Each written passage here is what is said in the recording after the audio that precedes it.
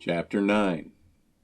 Surprisingly, I slept extremely well. I woke at 7:30 a.m., an hour later than I normally get up, but I didn't set an alarm, and even though I was already dreading my 9 o'clock rendezvous with my handlers and the inevitable day of challenges ahead of me, I knew I would at least have some good stories to tell.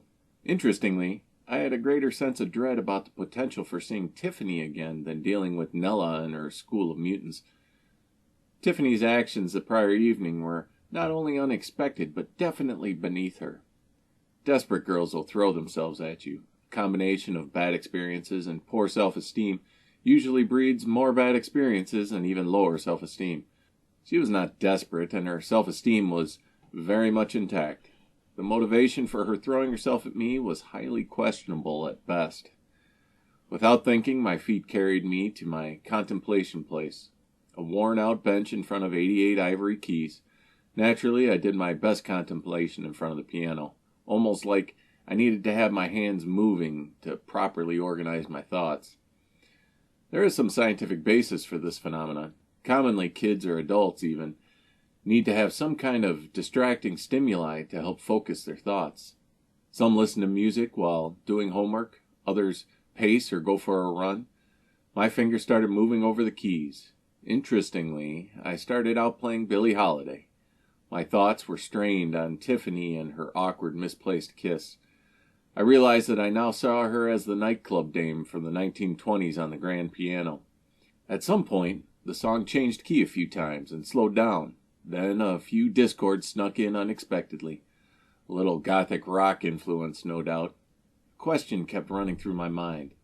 Why would someone so strong intentionally put themselves in a position of weakness? By throwing herself at me, she was putting herself in a vulnerable situation, totally out of character for the confident, defensive, and protective woman she already demonstrated herself to be. So there were really two options. Either she was suffering from multiple personality disorder, in which case I needed to run at top speed far, far away. Or else she was not being weak at all, and I was being played. My hand stopped and held the last note. Clarity hit my mind like the first breath of cold air when you step outside on a winter day, refreshing and invigorating. Only my boogers didn't freeze. She wasn't being weak, she was being strategic, and I was being played. Like any chess game, the key is not to plan your next move without anticipating your opponent's first. The last I had seen of her was outside the coffee shop when she tried to get me to stretch the evening out a little longer. My racing thoughts started colliding with each other, and the clarity of just a few seconds ago vanished. Only one way to fix that, and my fingers smoothly started playing out the same tune I had just finished. The music had become a smooth jazz mixed with a little colorful discord. It seemed to fit Tiffany, who was so discordant on the surface but had a hidden smooth beauty and harmony. I had seen a few glimpses of the real Tiffany the prior day at the hospital, and again that evening before the leather goons showed up. A few more connections locked it together in my mind as I saw the goons and Tiffany on the same team but not teammates. Same goal perhaps, but different paths to get there. Horatio, the caffeinated ADHD poster child, seemed to think that his goal could be attained with the help of a sharp knife. Tiffany deployed a slightly more deadly weapon, a kiss. At least Horatio didn't go for a kiss. That would have been worse than the knife. And then Chacho, or whatever his name was, Pietro or something, I think, was not about to cross Tiffany, who was clearly not the least bit afraid of him. I glanced over at the clock and saw that it was 8:34, and a knot instantly formed in my stomach. As much as I wanted to skip today altogether, I gave my word to Gladys that I would be there to talk to Nella. Gladys was not the kind of person to let someone go back on their word, and clearly I was more than a little afraid of her. At the moment, I needed a shower, but the shave could wait. A little scruff went well with the piano player persona anyway. The hot water did a great deal to settle the knot that formed at the thought of the gang of misfits awaiting my return. Daniel, the one-handed kid with the monster guard dog, was certainly the bright spot. Considering I don't really like kids, I found him to be refreshing. Probably because he is straightforward and totally honest. None of the bullshit that adults play, manipulating and coercing to their own end. I dug quickly for the ugliest shirt in my closet. Not intentionally, mind you, but everything else was dirty. I had two options. The first was a bright green shirt that said, "I need more cowbell," The other was a gray shirt that had a picture of a bunch of nuns on it that said underneath, "All the single ladies." I laughed and pulled out the cowbell shirt. No point throwing gas on the fire. Today was going to be tough enough. Downstairs in the coffee shop, I found Tony already waiting for me. I got a cup of Mama Joe's light roast and added the requisite creamer to take the edge off the bite. Tony looked tired and was nursing a cup as well. Scanning the room, I saw a distinct lack of leather trench coat, which was good. Instead of walking to his table, I went out the front door to get some fresh air. The sun had not yet broken through the clouds, and the dreary chill on the morning reinforced my mood that today was going nowhere worth going. Tony came up behind me with a shuffle rather than his typical swagger. "Hey, man, listen. Gladys is waiting for you in the hospital parking lot. She'll take care of you from here." Tony looked like hell with bloodshot eyes and messed hair. I noticed his clothes were the same as the night before. "You okay, Tony?" I asked, genuinely concerned. "Oh, yeah, man, no problem. Just a rough night." My concerned look must have encouraged him to elaborate. No, nothing serious. Just boring, actually. I would have appreciated a little action just to help pass the time." "So, you've been standing guard all night? Really? You and Gladys need to learn to give a guy some space. No one asked you to hang around all night." "Forget it, man," Tony replied. "Nella's orders. Till you can do some basic defense, you get round-the-clock protection." "Right," I said, mostly under my breath. I gave a half-hearted wave and walked across the street to the hospital. The parking lot was around the side of the main entrance, and I could see Gladys waiting for me at the edge. She waved like an excited mother picking up her kid from soccer practice. At least someone was excited for today to get started. I couldn't get the idea out of my head that there was a chance that this power of creation might just be real and that I could potentially learn how to chill my own beer. That was a trick worth learning. The ride to the flat on the rough side of the town seemed longer, mostly because Gladys took a very roundabout route. She talked excitedly the entire time, and I'm sure I gave the requisite grunts and nods to show that I was aware she was talking to me. Just don't ask me anything she said. The car pulled up to the same doors, and Lexi was outside standing guard. She actually looked happy to see me, which was surprising considering I was kind of a jerk to her yesterday. Normally, I would have been trying harder to get on the good side of such a smoking hot woman, but I'm naturally repelled by overly religious chicks, and that includes whatever cult this group belonged. We pulled into the same garage space, and the closing door behind us quickly threw us into total darkness. Not 5 seconds later, my door opened by itself, and a grinning kid stood looking at me in the light from the car door. "I knew you'd make it, Finn," said the grinning Daniel. He was almost bouncing with excitement. "Yeah, well, you know, I'm a fighter, I guess." Apparently the news of the exploding coffee and potential stabbing of yours truly had preceded me. "Where's your pet bear?" "Oh, Shadrack's inside, waiting for you. He's really excited to see you, so don't panic if he tries to lick your face. That says a lot. He doesn't care much for most people that come to visit." Great. Slobbering dog is in my immediate future. I'm not technically a dog person, mostly because I never grew up with a dog and I don't quite know what to do with them. Although I've been told that since I hate cats, I'm automatically included in the dog person category. I found the door, with the minimal light emanating from the car dome. Gladys was saying something to Daniel and lingering back. I reached for the handle on the door and turned it. A loud metal clunk was heard and felt inside the door, like a dozen deadbolts just slammed into place.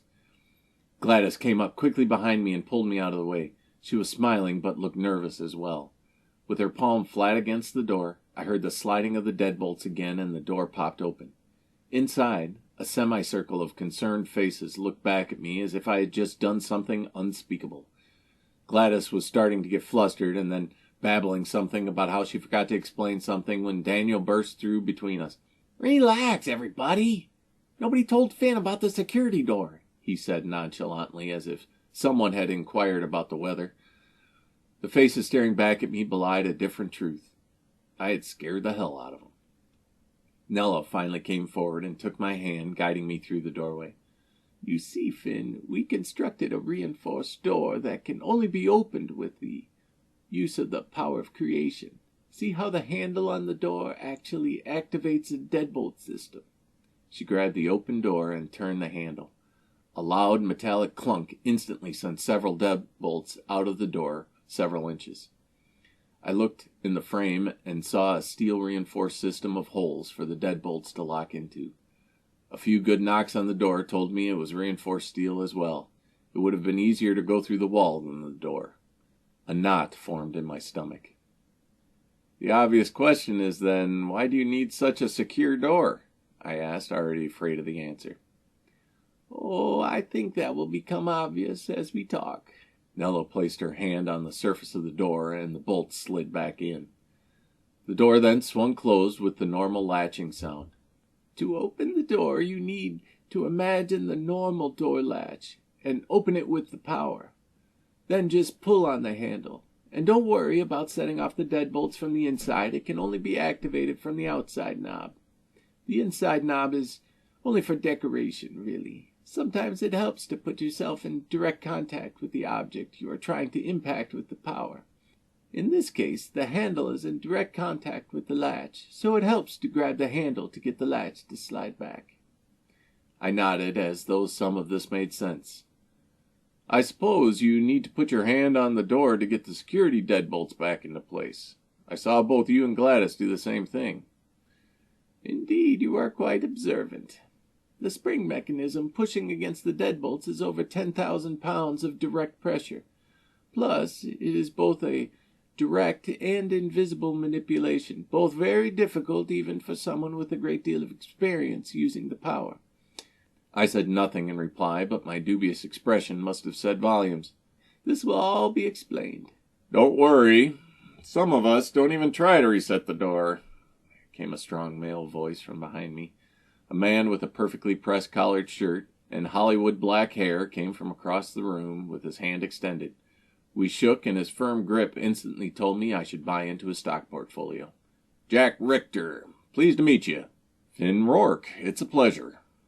Let me guess, you sell bonds, right? I figured my first impression was already in the toilet, so I might as well press my luck and hope my dry humor could salvage the moment. He threw his head back and laughed. Not anymore. Good guess, though. I'm a lobbyist for the banking and financial regulation industry. Huh. Again, he laughed hard. Finally, an honest response. Yes, well, not entirely interesting, but I have an in-depth knowledge of the loopholes in almost every industry requiring financial backing or government oversight. Pretty interesting if that's your thing, but based on what I've heard from your fans here, you may be more interested in the musical variety. Perhaps, I replied, although I question which of my fans you may be referring to. I highly doubt Lexi had too many good things to say about me. I made a mental note to try to get on her good side. Nella took my hand and led me to the main sitting area near the piano. Jack has many of the most important jobs in our cell. He not only keeps us financially afloat, but he also keeps tabs on the investments of suspicious organizations known to be supported by the fallen. Of course, most of them don't really have any idea that they were supporting such an evil enterprise. Okay, what do you mean cell? Are there other groups like yours? Nella just smiled back. Yes, of course. Please do not ask about the other cells, though. It is best if we do not know too much about each other. The more separate we are, the more difficult it is to trace our movements. Plus, if one cell becomes corrupted, then there is minimal collateral damage. That was a hard lesson when September 11th happened. Too many people, far too exposed, caused a disaster of epic proportions. The most important thing I do is make sure that we stay under the radar. You should take heed not to draw undue attention to yourself. On that note, Jack said, moving toward the door, I will take my leave. Without a pause, he grabbed the door handle, opened the door, and left. If I didn't know any better, I would have said it was a normal door. However, knowing how the door really operated, I quickly deduced that Jack could use the power. Nella, I asked, can everyone here use the power? I looked around and saw that the same characters were still here as yesterday, plus a few extras. Nella looked back at me and locked my gaze. No, Finn, you misunderstand. Everyone can use the power of creation, not just the people here. Creation was given to all people. Sadly, there are very few that know that they have such a wonderful gift. Now please sit down so we can begin." I sat, and Nella continued. "Finn, before we start, it may help to paint the picture of how this existence was supposed to be. Imagine that your parents, teachers, pastors, and friends all taught you how to use the power of creation, just like they taught you how to walk, read, write, or ride a bike. Now imagine everyone around you used the power of creation every day, so much that it became natural and commonplace. You would just naturally make ice out of water with a touch, float a child to the ground as they fall out of a tree, or even heal a broken bone with a thought. Now imagine that the only way to use these powers is to love each other. If you couldn't use the power of creation against your enemy, then you probably wouldn't have enemies. Plus, most guns, bombs, and missiles are pretty easy to defend against. But it's the random, unexpected disasters that keep us awake at night. But we'll get to that later." "What? You mean you're going to teach me to catch bullets?" No, not catch them, but stop or push them away. It's actually pretty hard to stop a bullet completely, but to move it off trajectory is one of the first things we learn." I must have looked fairly repugnant because Nella started to chuckle. "I know, Finn, you have your doubts. That's good. Keep your doubts as long as you can. Eventually, you'll be forced to leave them behind. Now, where were we?" "Something about the power not working with your enemies for some reason." "Indeed. Remember, the power of creation will only work with the divine virtues, love, faith, hope, etc. You can't smite your enemies with love. Have you heard the saying, 'Love your enemies, do good to those who hate you'?" I nodded cautiously. This was turning into a Bible study. "It's from Matthew chapter 5. If you figured out how to love your enemies, then you would be unstoppable. Even if you are trying to protect someone you love, you can't do a hurtful act to someone else. Although we have found there is a very fine line." "Okay, explain how to defend yourself from a seeker without using the power of creation." "The fine line is a matter of free will. Remember, when God gave the power of creation to people, free will was the only untouchable condition. No angel, demon, or person can interfere with free will. Let's say a hunter is trying to run you over with their car. You have several options to stop them without giving in to your hate, fear, or despair. You could have a telephone pole fall in between you so they need to stop or swerve. You could potentially turn off the ignition of their car so it rolls to a stop. Do you understand the difference?" "Okay, I think I'm catching on. You could have the hood pop open so they couldn't see." A light went on in the recesses of my mind. "I suppose you could even pop their tires while they were sitting at a stoplight so they couldn't follow you." Nella chuckled. "Yes, that is a common technique we practice. Gladys told me about your encounter with the Seekers the other day on your way here. We need to be careful. They are getting closer." Closer to what? I still am not sure what they want." "Their primary goal is to make sure that our group doesn't get too strong. Obviously, they would rather have us all restart before we became strong enough to pass our probatus." It was taking all of my power of self-control to avoid rolling my eyes. Oops, oh well. Nella gave me a bit of a grimace in return. "Sorry, Nella," I replied with a chuckle. "I just can't buy into this whole reincarnation thing. The idea that everyone is actually just recycled over and over till they can pass some kind of driver's test? Well, I think Sister Nancy from Our Lady of Peace grade school would have a few harsh words for you." Nella seemed to consider my skepticism for a few seconds. "Finn, you're right, of course. This is significantly different than what you have been taught. But keep in mind that the things that you have been taught may not be the intended lesson plan. You are not educated. You were brainwashed, manipulated, coerced. The actual message of heaven and the purpose of all people has been strangled and crushed to the point of complete extermination. That has been the plan of the devil, to wipe out the true message, thus condemning all humanity to perpetually restart, never entering eternity. It all seemed like a well-thought-out ruse, and a hidden camera would eventually land me on the Maury Povich show. The trouble was that I could feel a small but growing part of me wanting to believe. Naturally, the larger, more vocal, cynical side of me was still firmly in control here. Tell me, Nella, why an all-powerful creator, God, doesn't just do away with Lucifer and his band of not-so-merry men. Surely God must have seen into the future and saw that most of his angels would be defecting to the dark side. Why bother creating them at all? Nella just smiled back. The requisite few seconds had passed, and the silence started to linger into that uncomfortable zone. Still, I held my tongue and let the tension flow freely between us. Finally, she took a deep breath and replied, "Most people are convinced that the power is real, and then come to believe. You need to see why the power exists, and how it fits to believe. And frankly, I'm not sure you will ever be satisfied. I could tell you the answers to your questions, but you would still have more and more and more. You will never be content till everything makes sense and fits into place, just like your periodic table of the elements." She caught me off guard, throwing in a chemistry reference, but my interest was piqued. "You appreciate order, logic, rational processing of facts to come to an unbiased conclusion, just like the periodic table. Everything has its place, and every characteristic of every element can be predicted by the characteristics of the elements around it. If one element was missing, the rest wouldn't make sense." "True," I said. "And many of the later elements were discovered mathematically before they were even found in real life. We knew that they had to be there because the table makes sense."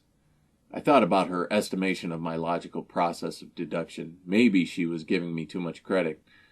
I just didn't believe in fairy tales anymore, even ones that are wildly popular, like religion.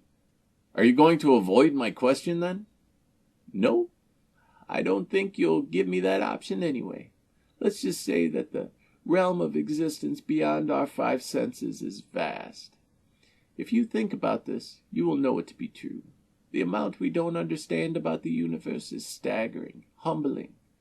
When I tell you that I don't understand why the creator of the universe, God, doesn't just wipe out Satan and those forces that oppose him, that's just a drop in the ocean of ignorance we have as humans. I have my thoughts on the matter, but in reality, they are too easy for you to shoot holes into and tear apart. No point in even sharing them." She was right, of course. I thrived on taking apart other people's silly belief systems, no matter how torn up they were afterwards. "So where are we, then?" I asked. "You admit that you do not have enough facts to support your claims about this supernatural, all-powerful being. So does that mean I should just go home and wait for a seeker or fallen to show up at my door with a hand grenade and a bad attitude?" Nella didn't seem fazed by my sarcasm or pointed questioning. "If you think Gladys will let you go home already, then good luck to you," she said with a smirk. "You're the one who lost the bet." That brought me back to the ice-cold beer from the night before and Tony's trick. I knew I had already seen too much to simply disregard it all. Even if everything was a carefully rehearsed ruse or an elaborate magic show, I was still curious to find out the truth. "So where does that leave us?" "Oh, don't worry about the backstory for now. Believe it or not, it's probably half wrong anyway. We get snippets from various sources, some of it conflicting, some of it too unbelievable even for us. That's the greatest advantage of the Fallen. They are the only ones that know the true story, and they did their best to make sure that there was no continuity of the popular message in the world. Look at how many religions exist. Most of them wildly inconsistent, even from community to community. Do you really think that Shiite Muslims are that different than Sunni Muslims? Yet they kill each other to the last man if given the chance. Look at the rift between Protestants and Catholics. How many tens of thousands died in Northern Ireland as those two factions battled each other in the name of a loving God whose message was peace? We are losing the battle to the Fallen because they have distorted the message so completely that the truth is buried and lost." Everything which she was saying was indisputable and actually quite depressing. Why do you think I gave up religion altogether? That's your call. It doesn't really matter to me. Skeptics like you typically have a much harder time learning to use the power than people of easy faith, she said, making the quote signs in the air with her fingers. You probably know people who have that easy faith, that just believe so completely and effortlessly. Yeah, I know exactly the type. My sister's that way. Everywhere she looks, she can see the hand of God, making the snow fall or the leaves change color, or the fact that she made every green light on the way to her dentist appointment so she wasn't late. Interestingly enough, she definitely seems happy the way she is. Too bad I can't be like her. I threw out that last line as a test to see the type of person Nella really was and if she was actually more interested in converting me to some new cult or old cult, perhaps. The obvious reply would have been, "Of course you can be happy like her, Finn. You just need to learn to have faith." Vomit. Nella's eyes narrowed slightly as she considered my comment. The biggest problem with the easy faith crowd is that they have latched on to a comfortable doctrine and ceased challenging the inconsistencies, ceased searching for the underlying answers and deeper meaning.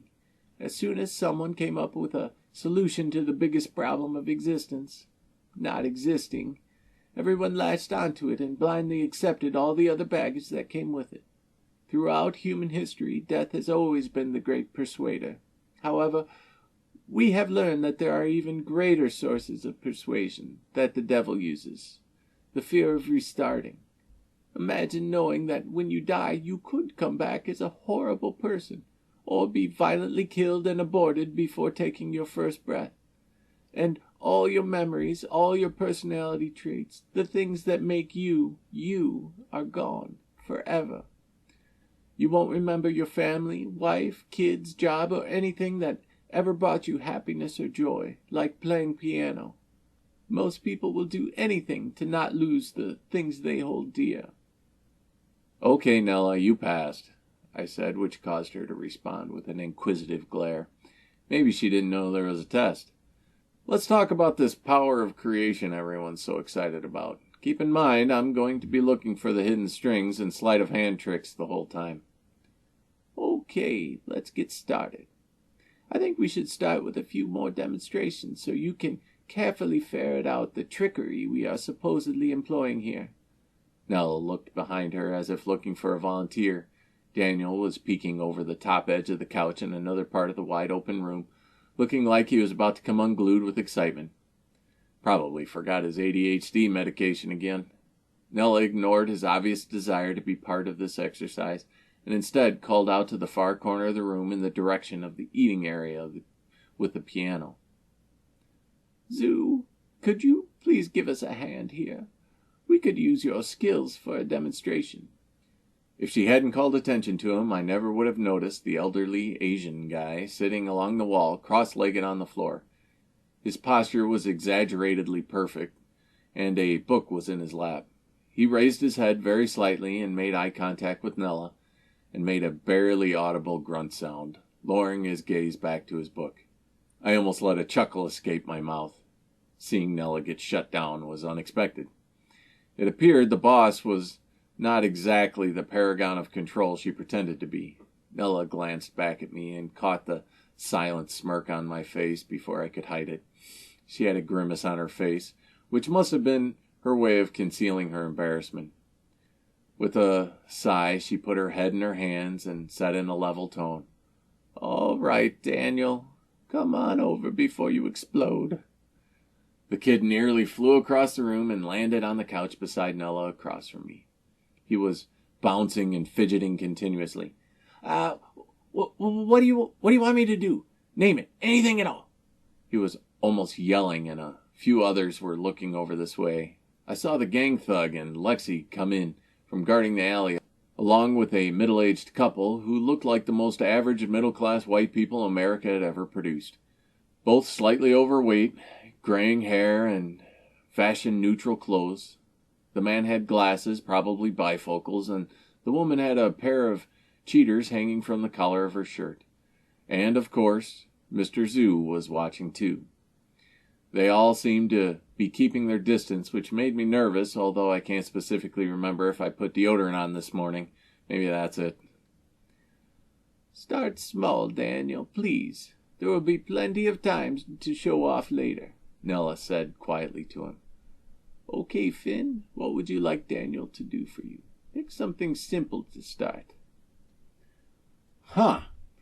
You mean I get to ask him to do some kind of parlor trick for me, and he will? No setup time or preparations, he will just make it happen like magic? Nella nodded. Daniel bounced. All right, Danny boy. You mind getting me a glass of water? I want to see that freeze-thaw trick again that Tony did. The smile on Daniel's face doubled in size as he twisted in his seat and stretched out his hand, the good one, toward the kitchen. The cabinet door flew open and glass jumped out, flipping end over end across the room directly at me. Instinctively, I flinched back and put my hands up for protection, but the glass stopped right in front of me and continued to flip rapidly, the sound of air whistling all around the spinning glass. Daniel, grinning but serious in concentration, focused intently on the spinning glass, which began slowing its rotation and came to rest on the coffee table in front of me.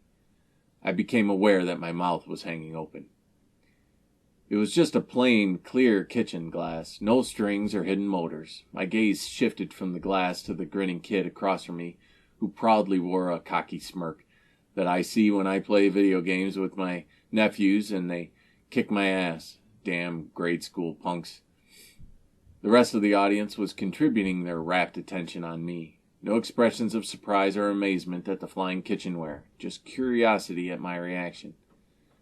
In an effort to regain my composure, I decided to close my gaping mouth and say something intelligent. Huh. Nice, Finn. What about the water, Daniel? Nella asked. Daniel stopped smiling and closed his eyes. Several seconds passed as I waited for a ball of water to float over from the kitchen and land in the glass. Instead, when he opened his eyes, he was staring intently on the glass, his hand in front of him and his breath a frosty cloud. At first, I didn't see anything, and then beads of water started to form on the inside of the glass. The water formed slowly at first and rolled to the bottom. Then, a gentle and distinct breeze swept directly between us, and the glass began rapidly filling. Not like a faucet, but after 60 seconds, the glass was mostly full with what looked like plain old drinking water. Daniel finally leaned back and let out a deep breath and smiled. I realized that my jaw was hanging open again, and at some point I must have stood up. My scientific brain was in full seizure mode, trying to comprehend this new parlor trick. In truth, the part of my brain that wanted to believe this crazy group of misfits was gaining ground. "What, no ice?" I asked, searching for something to say. Daniel hopped up and picked up the glass between us and touched the bottom with his stump. The bottom half of the glass turned to solid ice and proceeded to float to the top. He handed me the glass, and as I reached for it, I saw that my hand was shaking slightly. Tentatively, I took a drink. Pure, clean, cold water. In fact, it was so cold it actually hurt my teeth. "Thanks, kid. That's really good." Intelligent, witty remarks are apparently on hold for the time being, pending the conclusion of the mental civil war I was having right now. It's hard to deny what you just saw, yet even harder to rationalize. Obviously, you're going to explain that at some point, right? I'm not accustomed to water materializing out of nothing. "Oh, I didn't make it out of nothing. I'm not that good at the power yet. I just pulled it out of the air like Zoo taught me." I pondered the idea and sat back down, inspecting the coffee table. No trick tubes or anything unusual, just a plain table. "So you just pulled it out of the air, like a dehumidifier?" Daniel's face twisted a bit, and he replied, Not sure what a dehumidifier is, but if it's a contraption that pulls water out of the air, then yes, that's what I did. The tricky part is not making the whole glass cold at the same time. Then the water forms on the inside and the outside, and you make a mess." Nella chuckled quietly. That may have been an understatement on Daniel's part. I drank more water and saw that the ice was perfectly crystal clear, like it would be if it had been distilled, no minerals or dissolved air to make it cloudy. The breeze that went through here was you pulling all the new air that had more water in it, I suppose. Daniel nodded earnestly. And the glass, then, how did you make that flip over here? That takes a lot of practice, but it is a lot easier to do. You just have to figure out how to move the air and float the glass over here. I just flipped it for fun. Daniel was enjoying his role as teacher, and I saw quickly that Nella was indeed very clever.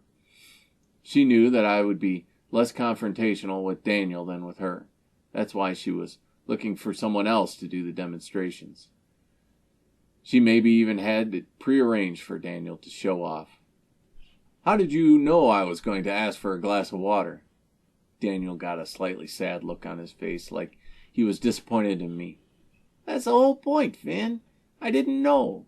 You could have said anything, and I would have tried to figure it out. We play this game every day here as practice. I really doubt you could come up with something we haven't tried. Well, there are a few things I can't figure out, but I will someday. Like what, Daniel? I've seen what is pretty easy for you. What would you consider hard? Nella cleared her voice, and Daniel shrank back a bit. That's a dangerous question, and I don't think we should be sharing that with you yet. You see, we are very careful to discuss our struggles with the power with too many people. It shows the chinks in our armor. Hey, no offense. I just am trying to get my bearings here. If you can pull water out of air with a thought, then I really have trouble imagining what you couldn't do. Nella took a deep breath and locked my gaze for several seconds. I can't heal people. I don't know why, and it generally pisses me off. There was an edge in her voice. I have a weird tendency to explore uncomfortable moments and go deeper. Most people gently move the subject away from the awkward, but I'm drawn to it, probably because it is a glimpse of the naked reality inside each of us. Tell me, Nella, is it hard for everyone or just you? Oh, no, not just me. Everyone typically struggles with using the power to heal. I won't speak for anyone else, but I think there are two reasons. For one, it's fairly hard to practice. Think about it. Someone has to be hurt to actually heal them. Small scrapes or cuts are not as big a challenge as fixing a bruise or a broken bone. Or destroying a tumor, I said mostly to myself. Nella just nodded. Curing cancer involves fixing something that cannot be seen and cannot be touched. That is the second reason why I think it is so difficult, because an internal injury is invisible. It is much harder to impact with the power. Several seconds elapsed before she continued. How interesting that you managed to cure someone with cancer by accident. I smirked. Well, clearly I'm either some kind of savant or not the right guy. I'm leaning towards the latter. Not saying that I believe in this power thing, but if I did have some ability, I doubt it would be something as big as curing cancer by accident. You'd be surprised. I've seen crazier things. The middle-aged guy and his wife came over with his hand extended. Hi, I'm Cornelius McCarran, and this is my wife, Juliet. I stood to shake hands and saw that his wife walked with a cane and had frail, bony hands, probably arthritic. Nella asked us to swing by and discuss the way the power works. We may have a great deal in common. Unless he had a hidden t-shirt that said, I survived Sharknado, I doubt we had too much in common. Maybe Juliet was into goth? Well, this is going to be interesting, I said. Go on, Cornelius. Oh, please, call me Mac like everyone else. I understand you play piano fairly well. Mind playing a bit for us? I think we may be able to move this discussion forward faster. I nodded, mostly because I'll play piano for anybody, for any reason. Since I gave up on my normal life, it was the glue holding me together. I walked over to the baby grand and folded back the tablecloth that covered the keys. I sat on the piano bench, which I noticed was not available the day before. Apparently they had anticipated someone playing piano this time. I worked a few scales and found that the piano sounded much better than before. Did someone tune this since I was here last? Sure did. Glad you noticed. You have a great ear, Mac said as he walked up and set a violin case on the top. I can show you how easy it is to tune a piano with the power of creation. And a good ear. Took me about 10 minutes. I had never thought of the practical applications of using the power for everyday things like tuning an instrument. It takes an hour minimum to properly tune a grand piano, and that is for an expert. So what would you like to hear? Any requests? I blended my last scale into an easy Bach piece that I like to start out with for mixed crowds. Mac had pulled a binder full of sheet music and set it on the piano in front of me. I'm sure you've played the canon in D before. Here's a version that has a very nice duet arrangement with the violin.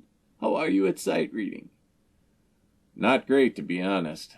I play mostly by ear. I had the feeling that I was back in 9th grade piano lessons with Mrs. Blattner. Don't worry, though, I'm a master at faking it. And I gave Mrs. McCarran a wink as she finally caught up to us at the piano. Everyone else stayed back in the main living room area. The version started out with the piano nice and slow, nothing too unusual. When the violin jumped in, I was a bit startled, but managed to keep it flowing.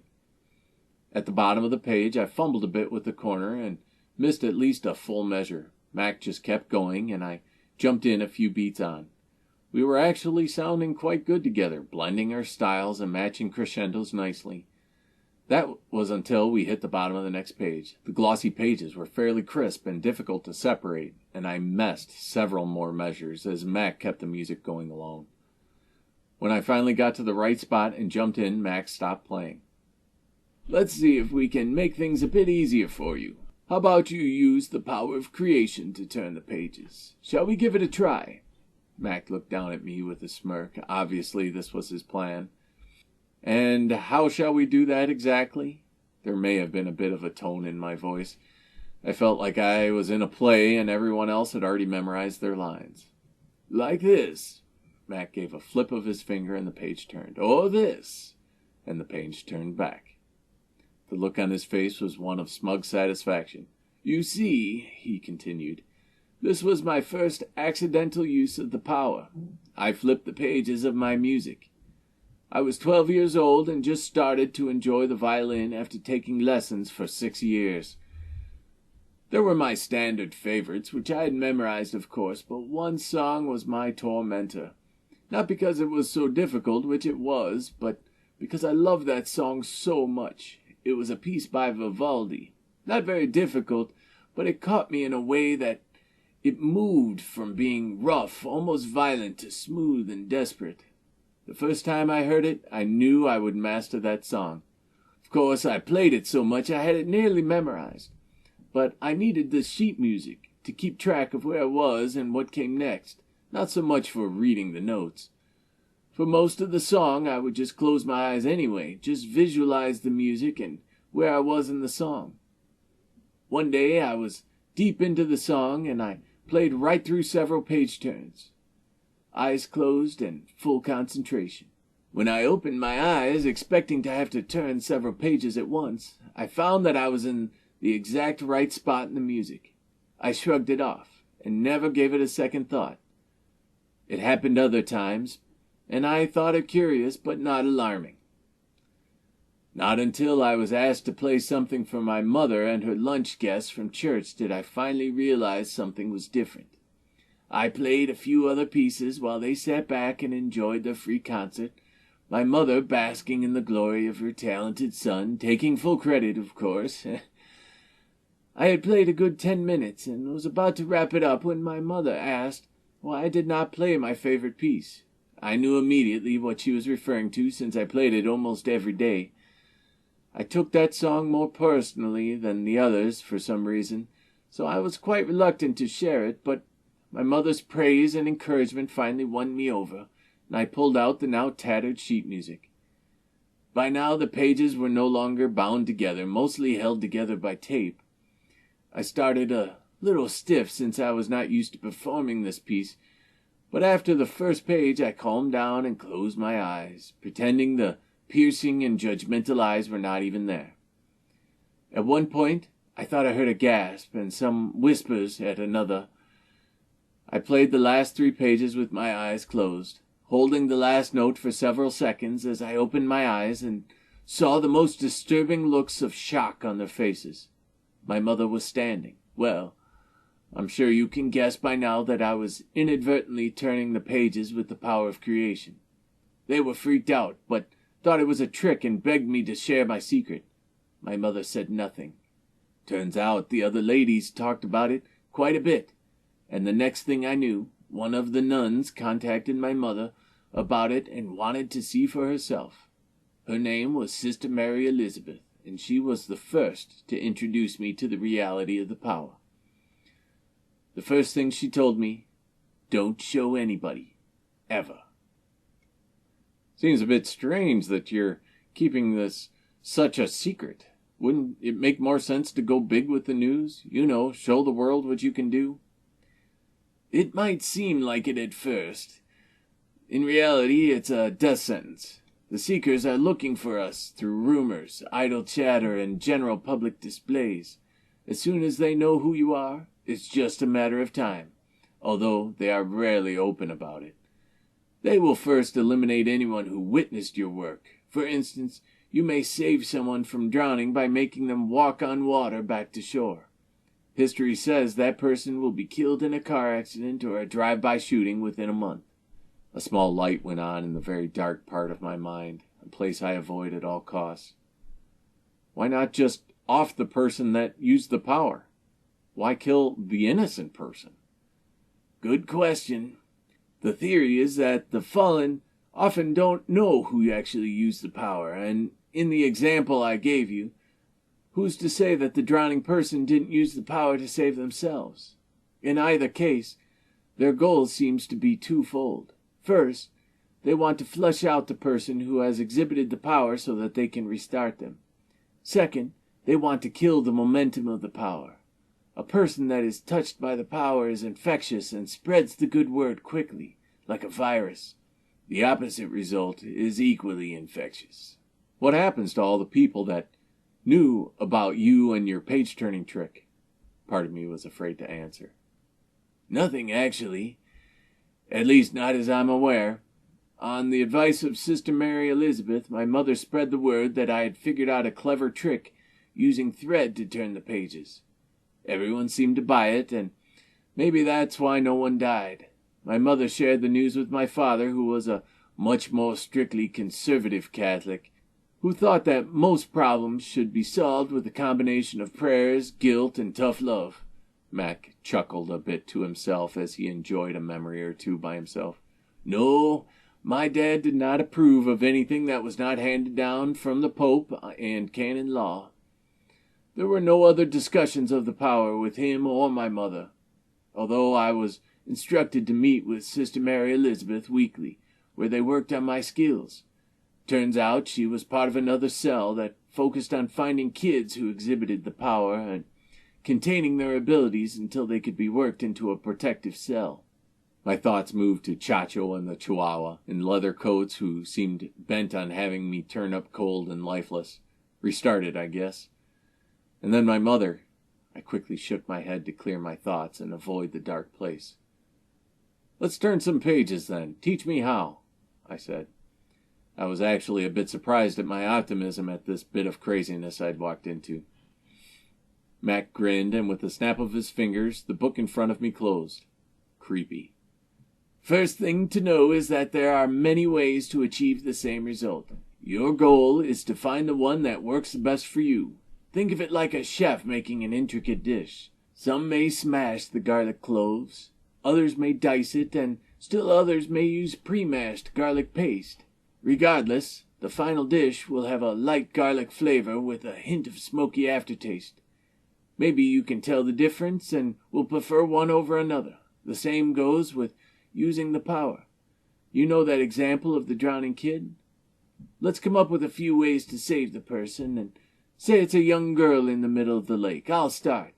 One way would be to freeze the water underneath her which would make her float to the surface. Now you try." I squinted my eyes a bit, trying to come up with a way to float a kid out of the water. Why not just use the power to lift the kid up and fly him to shore? "Good. Very good suggestion. That is indeed an option. We will discuss in a minute why that might not be your first choice. My turn. How about move the currents of water underneath the girl to literally push her out of the water and onto shore?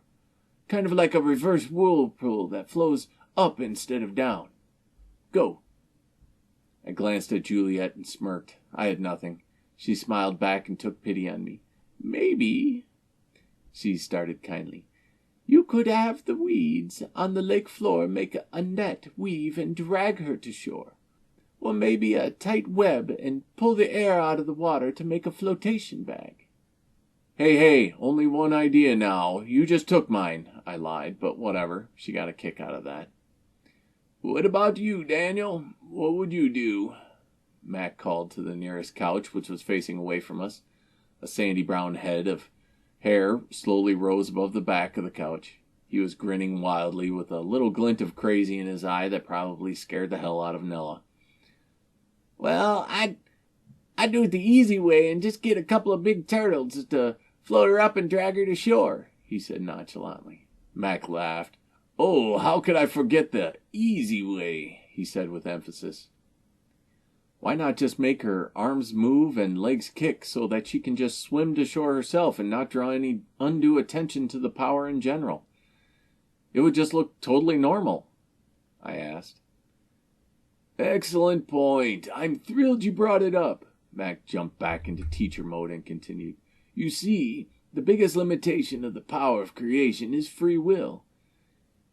It is the biggest limitation and also the greatest advantage we have. No one can really be forced to do anything. You cannot force someone to move their arms and legs, even though it may save their life.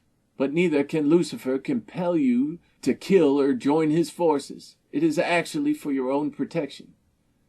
Got it. I can't make anyone do anything. But wait a minute. What about Daniel with the turtles? Isn't that a breach of the turtles' free will? Seemed a bit ridiculous, but hey, here we are. Daniel jumped in before Mac could even take a breath to respond. "Animals don't have free will. It's just basic instincts like eating and sleeping and pooping." I almost made some comment about adding sexual instincts to the list, but the guy in the back of my head with the frying pan got off a good swing. "So we can control animals all we want?" Mac did not even attempt a response, knowing that Daniel was now running the class. "No, not really control, just influence. Kind of like when you call your dog over, it'll come. You could tell him to sit and he will. You aren't really controlling them, but you are influencing their behavior. It doesn't always work like you think it should. Here, I'll show you." At that, Shadrach, the bear dog, leapt silently over the couch and sat before me, a bit of drool hanging tenaciously from the side of its snout. "What would you like me to have Shadrach do?" I looked curiously between the drool and the smiling boy. "How about you have him go get a towel and wipe his mouth?" Daniel laughed, and Shadrach immediately bolted from the area into the dark corner of the room and returned with a reddish-brown towel in his mouth. He shook it back and forth like a dead animal, and then dropped it on the floor in front of Daniel. If I didn't know any better, the dog was smiling. His mouth was indeed slobber-free, for the moment. "See, I just suggest that he goes and get his towel and give it a shake. We had to learn this one early for Nella. She doesn't really like Shad very much." "Not true," Nella protested. I don't get to animals very well. I'm just not much of an animal person at heart. Never had a dog or cat growing up." I somewhat understood, never having a dog or cat myself. I always feel like I need to wash my hands every time I touch one. Perhaps my mother ruined me as a kid with germ paranoia. "So you can supposedly use the power to control or maybe influence animals. Cool." I was still somewhat skeptical, but I needed to consider a better test. At the moment, I saw a fish tank across the room. "All right, next test. I would like to see you make the fish jump up above the tank." "Ha!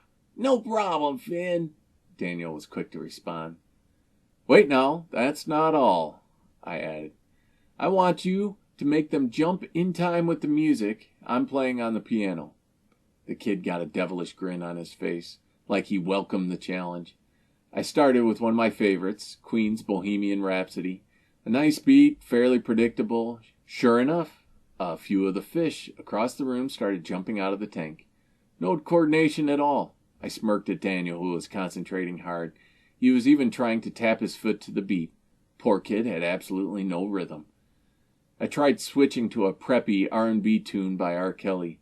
Not much better, but definitely entertaining. He could get 3 or 4 to jump well in a row, but then one would be late or early. I noticed the fish were lining up in a fairly straight row, supposedly waiting for the instruction to jump.